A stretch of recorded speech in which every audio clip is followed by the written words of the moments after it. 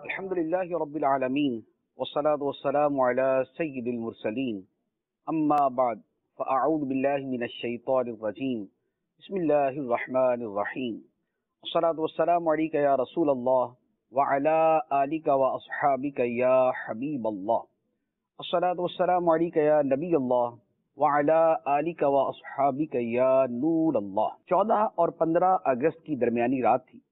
رات 12 بجے اعلان ہوا یہ پاکستان براڈ کاسٹنگ سروس ہے. اس اعلان کے ساتھ دنیا کو پتہ چل گیا کہ پاکستان کے نام کا ملک وجود میں آ چکا ہے. اس کے بعد ریڈیو پر قرآن مجید کی تلاوت ہوئی. سورۃ الفتح کی پہلی 4 آیتیں ترجمے کے ساتھ تلاوت کی گئیں.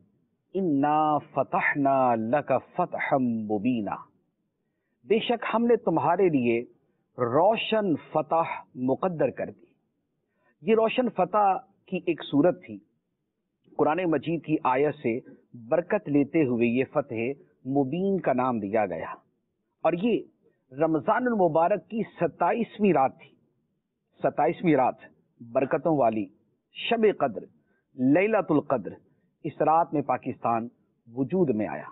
اللہ تبارک و تعالی کی عظیم نعمت وطن گھر ہے. وطن زندگی کا حصہ ہے. وطن زندگی گزارنے کے لیے ضروری ہے. اور اپنا وطن، اپنا ملک، اپنا پاکستان. پاکستان کے حوالے سے بہت انداز میں گفتگو ہوتی ہے، تنقیدی انداز میں بھی، تعمیری انداز میں بھی، اور مختلف پہلوؤں سے بات کی جاتی ہے. آج کا ہمارا موضوع ہے پاکستان ترقی کیسے کر سکتا ہے. پہلی بات تو یہ ہے کہ یہ ہمیشہ ہم ذہن میں رکھیں کہ پاکستان اگرچہ ترقی یافتہ ممالک کی فہرست میں نہیں ہے، لیکن یہ ایسا بھی نہیں ہے کہ بالکل گیا گزرا ہو. پاکستان ترقی کرنے والے ممالک میں شامل ہے. اور الحمدللہ اگر پاکستان کا ہم ماضی کے ساتھ مقابلہ کریں تو پاکستان کی ترقی کی رفتار ہے وہ اگر بہت آئیڈیل نہیں ہے تو ایسی بھی نہیں ہے کہ جسے ناگفتہ بے کہا جائے. الحمدللہ ہمارے ملک نے 20 شعبوں میں اور 20 چیزوں کے اندر بہت اچھی اور بہت عمدہ ترقی کی ہے.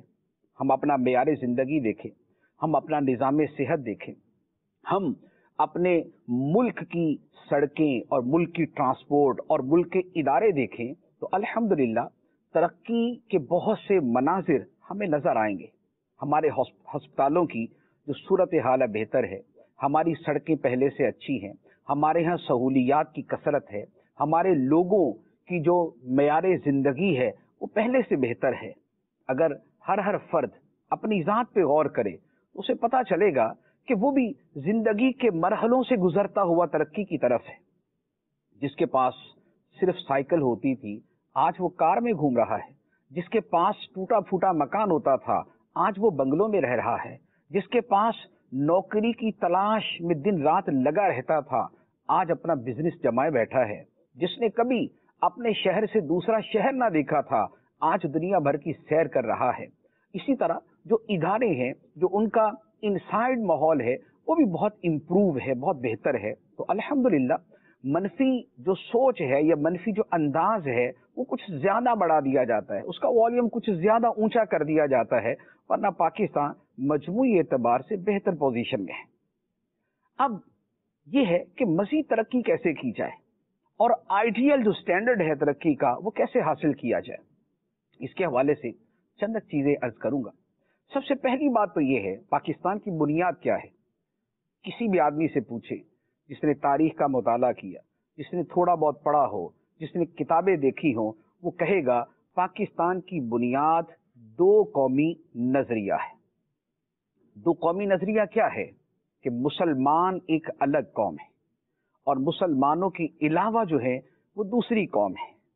مسلمان اگرچہ کھانے پینے پہننے کے اندر دوسرے جیسے ہوں لیکن اپنے عقیدے کی وجہ سے، اپنی سوچ کی وجہ سے، اپنے دین کی وجہ سے یہ دوسروں سے مختلف ہے. یہ پاکستان کی وہ پہلی بنیاد ہے جسے 2 قومی نظریہ کہا جاتا ہے، جس کی جڑوں کے اندر اسلام ہے، جس کی جڑوں کے اندر دین ہے، جس کی جڑوں کے اندر ایمان ہے، جو سب سے بڑا فرق تھا، جو سب سے بڑا ڈفرنس تھا پاکستان کے وجود میں آنے کے لیے۔ پھر اس کے بعد پاکستان کے جو بننے کا ڈیوریشن ہے، 1947 میں پاکستان وجود میں آیا، لیکن اس سے جو پہلے کا زمانہ ہے، اس زمانے میں پاکستان کا معنی و مفہوم کیا سمجھا جاتا تھا؟ کسی سے پوچھا جائے کہ بھائی تم پاکستان کیوں بنانا چاہتے ہیں، تمہارے پاکستان کا مطلب کیا ہے، تو زبانوں پر ایک ہی نعرہ تھا، خواہ وہ گھروں میں پاکستان کی ڈیفینیشن کرنی ہو یا جلسوں کے اندر پاکستان کا معنی و مطلب بیان کرنا ہو، ایک نعرہ ہر ایک کی زبان پر تھا، اور وہی ہر ایک جلسے کے اندر نعرہ بلند کیا جاتا تھا۔ پاکستان کا مطلب کیا؟ لا الہ الا اللہ۔ یہ پاکستان کی بنیاد ہے، دو قومی نظریہ پاکستان کی بنیاد ہے۔ لا الہ الا اللہ، توحید، دین، اسلام، ایمان، یہ پاکستان کی بنیاد ہے۔ ایک اور جڑ کی طرف اشارہ کرتا ہوں۔ بانی پاکستان قائد اعظم محمد علی جناح نے اپنی سپیچز میں جو مختلف مقامات پر کی، انہوں نے پاکستان کے حوالے سے کیا باتیں کی اور اس کی بنیادوں کے حوالے سے کیا کلام کیا، چند ایک باتیں عرض کرتا ہوں۔ ایک موقع پر آپ نے فرمایا، ہم پاکستان کا مطالبہ صرف ایک خطہ زمین حاصل کرنے کے لیے نہیں کر رہے کہ زمین کا ایک ٹکڑا مل جائے گا، ہم پاکستان کا مطالبہ صرف ایک خطہ زمین حاصل کرنے کے لیے نہیں کر رہے، بلکہ ہم اسے اسلامی نظام حیات کی ایک لیبارٹری کے طور پر استعمال کر کے، اسلامی نظام حیات کی ایک لیبارٹری کے طور پہ استعمال کر کے دنیا والوں کو یہ دکھانا چاہتے ہیں کہ دور جدید میں بھی اسلام ہی ہمارے تمام مسائل کا واحد حل اور ہماری ترقی کا ضامن ہے۔ یہ ہے بانی پاکستان کا فرمان کہ اسلام کو اور وہ پاکستان کو ایک دوسرے کے ساتھ کس طرح متحد دیکھتے تھے۔ یہ زمین کا جو ٹکڑا حاصل کیا، ایک بہت وسیع و عریض خطہ حاصل کیا، اس کا مقصد صرف یہ نہیں کہ ایک زمین مل جائے اور وہاں پر لوگ زندگی گزاریں، بلکہ اس کا مقصد یہ تھا کہ پاکستان کی صورت میں ایک ایسا خطہ ملے کہ جہاں اسلامی نظام حیات کو ایک لیبارٹری کے طور پہ استعمال کیا جائے اور دنیا والوں کو باور کرایا جائے کہ اسلام آج بھی تمام مسائل کا بہترین حل ہے اور مسلمانوں کی ترقی کا ضامن ہے۔ یہ جملے آج کے کسی مسجد سے بلند نہیں کیے جا رہے، یہ جملے آج کسی مدرسے سے نہیں نکل رہے، بلکہ یہ پاکستان بنانے والے بانی پاکستان کی زبان سے نکلے ہوئے جملے ہیں۔ ایک اور فرمان سنیے، آپ فرماتے ہیں، میں مطمئن ہوں کہ قرآن و سنت کے زندہ و جاوید قانون پر مبنی ریاست، میں مطمئن ہوں کہ قرآن و سنت کے زندہ و جاوید قانون پر مبنی ریاست دنیا کی بہترین اور مثالی سلطنت ہوگی۔ کس پر؟ قرآن و سنت کے نظام پر۔ یہ بنیاد ہوگی پاکستان کے قانون کی اور پاکستان کی ترقی کی، اور یہ ضامن ہوگی پاکستان کی ترقی کی۔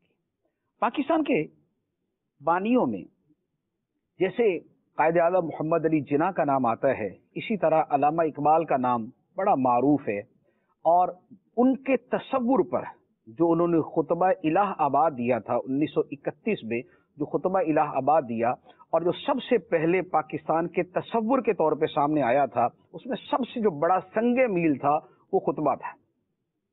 الہ آباد کے اس خطبے میں علامہ اقبال شاعر مشرق نے کیا فرمایا، اس میں سے دو اقتباسات آپ کے سامنے پیش کرتا ہوں۔ علامہ اقبال نے کہا کہ اسلام ریاست اور فرد دونوں کی زندگی میں اہم کردار ادا کرتا ہے، یہ ایک حقیقت ہے، دستور حیات ہے اور ایک نظام ہے۔ جس شخص کو آپ لوگوں نے صدارت کے اعزاز سے نوازا ہے، وہ اب بھی اسلام کو ایک طاقت سمجھتا ہے، اور یہی طاقت انسان کے ذہن کو وطن اور نسل کے تصور کی قید سے نجات دلا سکتی ہے۔ جو بنیادی بات ہے وہ کیا کہ اسلام ریاست اور فرد دونوں کی زندگی میں اہم کردار ادا کرتا ہے۔ آج جو سیکولرزم کا مفہوم ہے وہ یہ ہے کہ اسلام دین مذہب کا تعلق فرد کے ساتھ ہے، ریاست کے ساتھ نہیں۔ لیکن شاعر مشرق کہتے ہیں کہ اسلام ریاست اور فرد دونوں کے ساتھ متعلق ہے، یہ دونوں کی رہنمائی کرتا ہے، یہ دونوں کے لیے نظام زندگی ہے، یہ دونوں کے لیے نظام حیات ہے۔ اس کے بعد آگے جملہ ہے، فرماتے ہیں کہ یورپ میں مذہب ایک فرد کا ذاتی معاملہ ہے، یورپ میں مذہب ایک فرد کا ذاتی معاملہ ہے، وہاں فرد روح اور مادے میں تقسیم ہے، ریاست اور کلیسا جدا ہیں، خدا اور کائنات میں کوئی تعلق نہیں، لیکن اسلام ایک وحدت ہے جس میں ایسی کوئی تفریق نہیں۔ اسلام چند عقائد کا مجموعہ نہیں بلکہ مکمل ضابطۂ حیات ہے۔ مذہب کو فرد اور ریاست کی زندگی میں بڑی اہمیت حاصل ہے۔ یہ ہے وہ خطبہ جو علامہ اقبال کو مصور پاکستان کہا جاتا ہے، کہ پاکستان کا جو تصور اور جو سوچ سب سے پہلے پیش کی وہ علامہ اقبال نے پیش کی۔ وہ جس خطبے میں، جس موقع پر، جس جلسے میں وہ سوچ پیش کی تھی وہ یہ تھی۔ اس خطبے کے اندر علامہ اقبال نے یہ بات کہی تھی کہ اسلام فرد اور ریاست دونوں کے ساتھ ہوگا۔ تو یہ چند ایک چیزیں ہیں جو میں نے عرض کی۔ اسی طرح ایک اور اہم بات ہے جو اس پاکستان کے درخت کے لیے جڑوں کی حیثیت رکھتا ہے۔ بانی پاکستان قائد اعظم محمد علی جناح نے 14 فروری 1947 میں سبی میں خطاب کرتے ہوئے کہا، میرا ایمان ہے کہ ہماری نجات اس اسوہ حسنہ پر چلنے میں ہے جو ہمیں قانون عطا کرنے والے پیغمبر اسلام صلی اللہ علیہ وآلہ وسلم نے ہمارے لیے بنایا ہے۔ ہماری نجات اس اسوہ حسنہ پر چلنے میں ہے جو نبی پاک صلی اللہ علیہ وآلہ وسلم نے ہمیں عطا فرمایا ہے۔ اب یہ ساری چیزوں کو تھوڑا سا سمرائز کریں تو آپ کے سامنے آئے گا۔ پہلی بات، پاکستان بنا دو قومی نظریے کی بنیاد پہ، اور دو قومی نظریہ یہ ہے کہ مسلمان جدا ہیں اور مسلمانوں کے علاوہ اقوام جدا ہیں۔ اسلام ایک جدا گانا مذہب ہے اور اسلام کے علاوہ مذاہب جدا گانا ہے۔ پہلی بات دو قومی نظریہ۔ دوسری بات پاکستان کا مطلب کیا؟ لا الہ الا اللہ۔ تیسری بات پاکستان اسلام کی، اسلامی نظام حیات کی ایک لیبارٹری ہوگا۔ چوتھی بات پاکستان کا جو قانون ہے وہ قرآن اور سنت پر مبنی ہوگا۔ پانچویں بات ہماری نجات اسوہ حسنہ کی پیروی کرنے میں ہے۔ چھٹی بات اسلام کا تعلق صرف فرد کے ساتھ نہیں بلکہ فرد اور ریاست دونوں کے ساتھ ہوگا۔ یہ وہ چند فرمودات ہیں اور اس طرح کے کم از کم 200 فرامین ہیں، 200، اور یہ قائد اعظم بانی پاکستان کے ہیں۔ جو علامہ اقبال کے اشعار اور جو ان کی باتیں ہیں وہ جدا ہیں، وہ تو سینکڑوں سے بھی زیادہ تعداد کے اندر ہیں۔ تو پاکستان کی جو بنیاد ہے وہ یہ ہے۔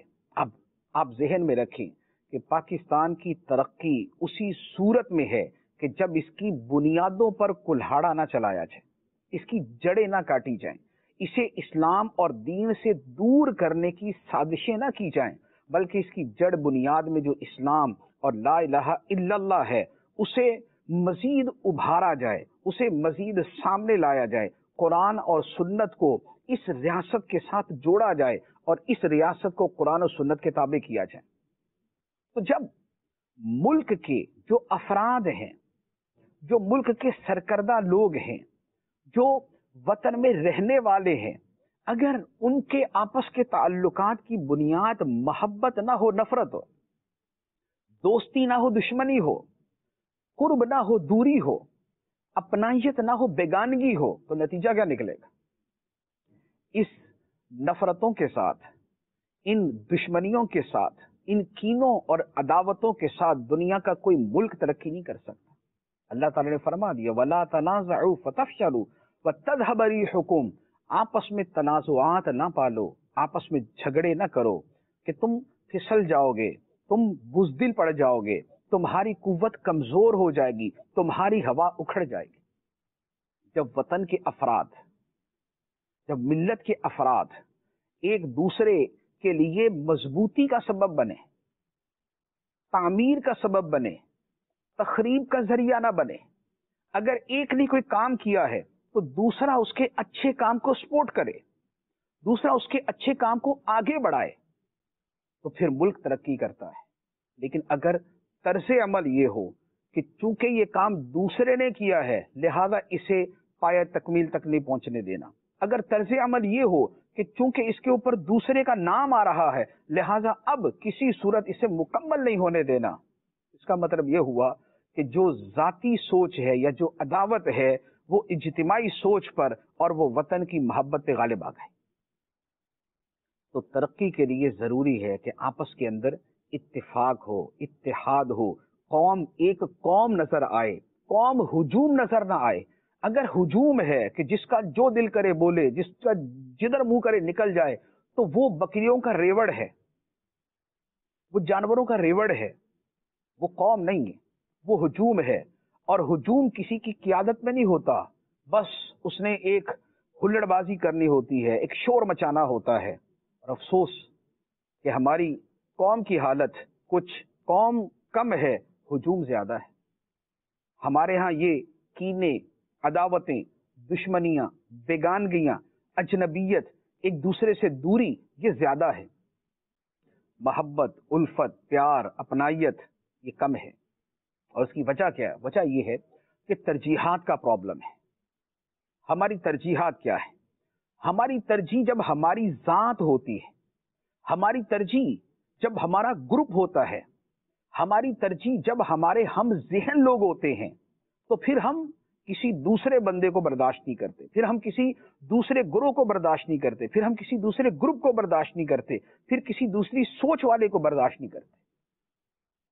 تو یہاں سے دوریاں پیدا ہوتی ہیں۔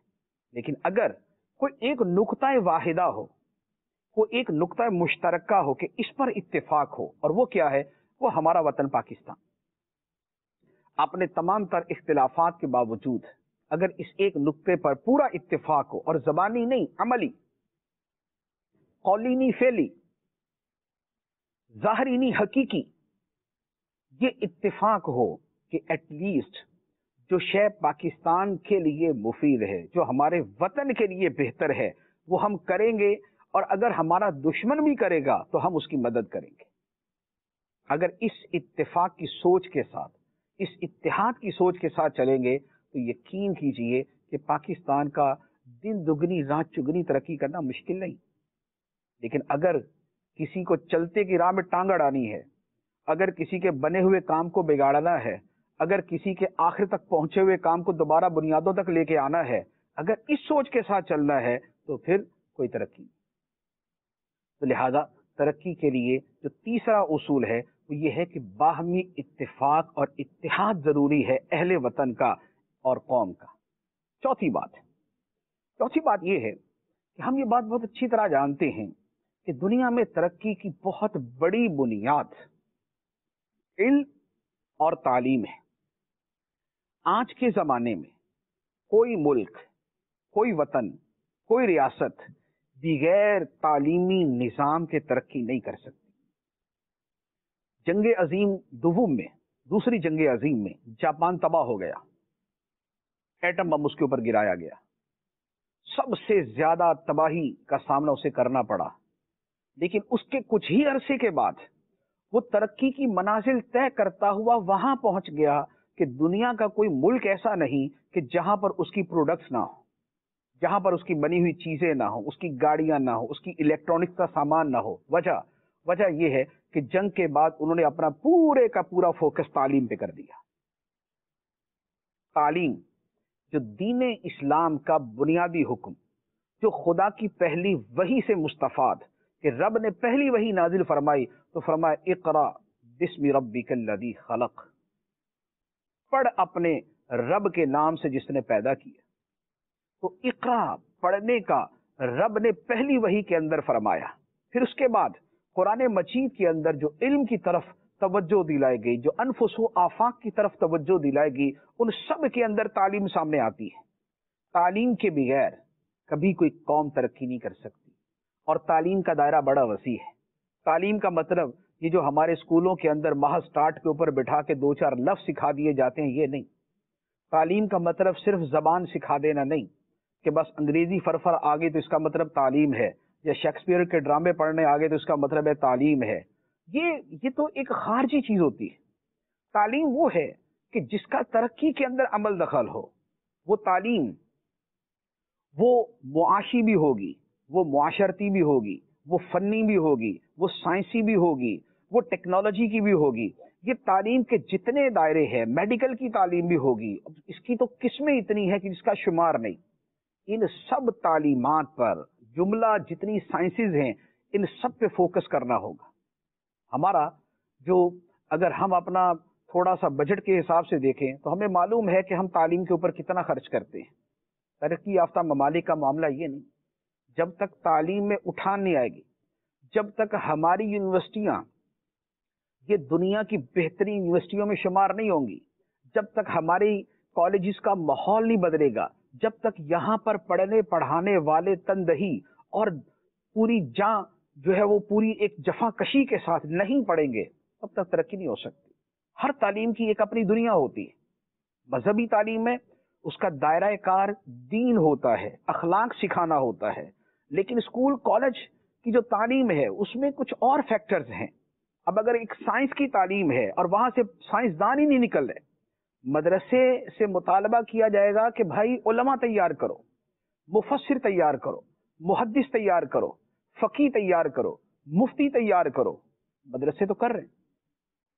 مدرسہ جس کام کے لیے بنا ہے، قرآن حدیث فقہ کی تعلیم کے لیے، وہاں سے علماء بھی بن رہے، وہاں سے فقہا بھی تیار ہو رہے، وہاں سے مفسر و محدث بھی بن رہے، وہاں سے ائمہ خطبہ بھی تیار ہو رہے۔ اب سوال یہ ہے کہ تعلیم، یہاں جو تعلیم ہے وہ تو 5% لوگ پڑھتے ہیں، جو 95% ہیں یا 90% لوگ ہیں وہ تو اسکول کالج میں جا رہے ہیں۔ تو اسکول کالج سے ڈیمانڈ ہوگی کہ اگر میڈیکل ہے تو بھائی آپ بہترین ڈاکٹر تیار کرو، اگر میڈیکل ہے تو آپ میڈیکل سائنٹسٹ تیار کرو، اگر وہاں پر جو ہے وہ انجینئر ہے تو وہاں کی سائنس کے اندر کچھ امپرومنٹ ہونی چاہیے، کچھ ایجادات ہونی چاہیے۔ لیکن صورتحال یہ ہے کہ مدرسے سے ڈیمانڈ کی جاتی ہے کہ بھائی صاحب آئنسٹائن کیوں نہیں پیدا ہوئے؟ تو اگر یونیورسٹی سے ڈیمانڈ کی جائے کہ جناب آپ سے کوئی محدث کیوں نہیں پیدا ہوئے، تو یہ ایک عجیب قسم کی وہ بحث چھڑ جاتی ہے۔ بات یہ ہے کہ جس کا جو کام ہے اس سے اس کی ڈیمانڈ ہوگی۔ مدرسے سے کہا جائے گا کیا عالم تیار کر رہے ہو، اور یونیورسٹی سے کہا جائے گا کیا سائنسدان تیار کر رہے ہو، کیا جس شعبے کے اندر تم پڑھا رہے ہو اس کی پراپر اس کے حق ادا کر رہے ہو۔ لیکن افسوس کہ اگر ہم صورتحال کو دیکھیں تو پوری دنیا کے اندر ہماری یونیورسٹی ٹاپ 100 کے اندر تو دور کی بات ہے، ٹاپ 500 کے اندر بھی نہیں، بہترین 500 یونیورسٹیوں کے اندر بھی ہماری یونیورسٹی نہیں ہے۔ تو اس کا ذمہ دار کون ہے؟ میں ہوں، ہم ہیں۔ اس کی ذمہ دار تو متعلقہ آدمی ہوں گے، متعلقہ افراد ہوں گے، متعلقہ شعبہ ہوگا۔ وہ دیکھیں گے نا کہ آخر کیا وجہ ہے کہ ان کی یونیورسٹی اٹھان نہیں لے رہے۔ تو تعلیم ضروری ہے۔